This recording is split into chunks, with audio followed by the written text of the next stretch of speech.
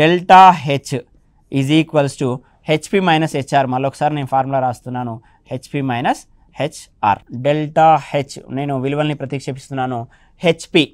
So ఏదైతే మనకి products యొక్క ఉష్ణశక్తి ఉందో దాన్ని 125గా నేను రాస్తున్నాను. 125 మైనస్ హెచ్ఆర్ అంటే రియాక్టెంట్స్ యొక్క ఉష్ణశక్తి, రియాక్టెంట్స్ యొక్క ఎంథాల్పీ అని అంటాం దీన్ని. రియాక్టెంట్స్ యొక్క హీట్ ఎనర్జీ అని పేర్కొనడం జరుగుతుంది. రియాక్టెంట్స్ది 100గా ఉంది. సో డెల్టా హెచ్ ఇప్పుడు చూడండి, పెద్ద సంఖ్య నుండి చిన్న సంఖ్యను తీసేస్తున్నాం కాబట్టి delta H is equals to +25గా ఉండడం జరుగుతుంది. +25గా ఇక్కడ సూచించడం జరుగుతుంది. So delta H is equals to ఈ రకంగా ఆ reactants gives rise to products అన్నప్పుడు ఇక్కడ మనకి కామా ఇచ్చేసి delta H is equals to +25గా మనము ఈ రియాక్షన్కి రాయాల్సినటువంటి అవసరం ఉంది. మన టెక్స్ట్ బుక్స్ లోపల ప్రతి రియాక్షన్కి పక్కన delta H is equals to +25, delta H is equals to -25 ఆ విధంగా మనకి ఉంటుంది. ఇక్కడ చూడండి, ఇక్కడ మనము delta H is equals to -25 వచ్చింది కాబట్టి ఇక్కడ మనం ఏదైతే ఉందో అక్కడ మనం ఏం రాయొచ్చు అంటే ఇక్కడ ప్రొడక్ట్స్ అని పెట్టాము.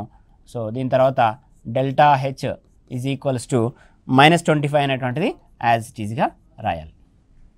సో ఈ విధంగా మన టెక్స్ట్ బుక్స్ లోపల కూడా delta H is equals to -25, delta H is equals to +25 ఆ విధంగా ఉంటుంది.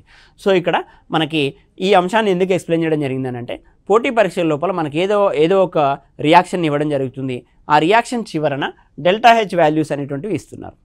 ఈ డెల్టా హెచ్ వాల్యూస్ మాత్రమే ఇచ్చేసి ఇచ్చినటువంటి చర్య ఉష్ణమోచక చర్యనా ఉష్ణగ్రాహక చర్యనా అని అడగడం జరుగుతుంది. ఎగ్జోథెర్మిక్ రియాక్షనా ఎండోథెర్మిక్ రియాక్షనా అని అడగడం జరుగుతుంది. అంటే ఇప్పుడు మనకున్న ఈ సమాచారాన్ని బట్టి delta H is equals to -25 అయినట్లయితే ఏదైతే రసాయన చర్య ఉందో ఆ రసాయన చర్యని ఎగ్జోథెర్మిక్ రియాక్షన్ లేదా ఉష్ణమోచక చర్య అని పేర్కొనడం జరుగుతుంది. అదేవిధంగా డెల్టా హెచ్ వాల్యూ అనేటువంటిది ధనాత్మకంగా అంటే పాజిటివ్ వాల్యూని కలిగి ఉన్నట్లయితే, ఆ పాజిటివ్ వాల్యూని కలిగి ఉంది కనుక ఇచ్చినటువంటి రియాక్షన్ అనేటువంటిది ఉష్ణగ్రాహక చర్యగా చెప్పడం జరుగుతుంది. ఉష్ణమోచక చర్యక అనేటువంటిది డెల్టా హెచ్ వాల్యూ నెగిటివ్గా ఉంటుంది. అంటే ఏదైతే ఉష్ణశక్తిని బయటికి ఇస్తుందో, ఏదైతే రసాయన చర్య ఉష్ణశక్తిని బయటికి పంపిస్తుందో అటువంటి రసాయన చర్యకి డెల్టా హెచ్ వాల్యూ అనేటువంటిది నెగిటివ్, రుణాత్మకంగా ఉంటుంది. ఏదైతే రసాయన చర్య ఉష్ణశక్తిని లోపలికి గ్రహిస్తుందో అటువంటి రసాయన చర్యకి ఈ డెల్టా హెచ్ వాల్యూ అనేటువంటిది మనకి +25గా ఉంటుంది. డెల్టా అనేటువంటిది డిఫరెన్స్ని సూచిస్తుంది.